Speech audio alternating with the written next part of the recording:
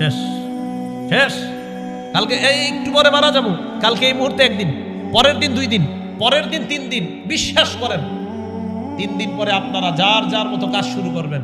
4 দিনের দিন আর ইবনে হাবিবের জন্য কিছু একটা করা দরকার। আচ্ছা 7 দিনের দিন ভুলে গেছেন। 1 মাস পরে সবাই সবার মতো। 1 বছর পরে কিসের কে আর ইবনে হাবিব কোথায়, কে সে কি, সব শেষ। ওয়া তাতাযাক্কারুল মাউত ওয়াল বিলা, তুমি মরে যাইবা, মরার পর পচে যাইবা, ওটা নিয়ে ভাবো। এটাই তো সত্যি কথা।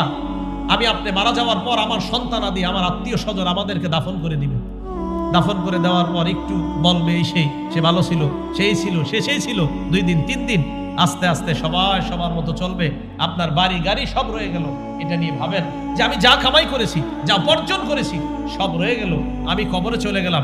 ভাইও আজকে থেকে ভাবেন, আজকে রাতে মাথাটা বালিশে লাগান, একটু সময়ের জন্য ল্যাপটা মুড়ি দেন, কম্বলটা মুড়ি দিয়ে চোখটা খোলেন, দেখবেন আপনি অন্ধকার, কিছু দেখা যায় না। চোখ খোলেন, ল্যাপ মুড়ি দিয়ে, কাঁথা মুড়ি দিয়ে চোখ খোলেন, লাইট অফ, দেখবেন কিছু দেখা যায় না। তখন ভাববেন, আচ্ছা আমার লাশটা কবরে রাখলো কামরাঙ্গীরচরের জনগণ, রাখার পর আমার লাশের উপরে বাঁশ দিল, বাঁশ দেওয়ার উপরে আবার মাটি দিল, আচ্ছা আমি তো কিছু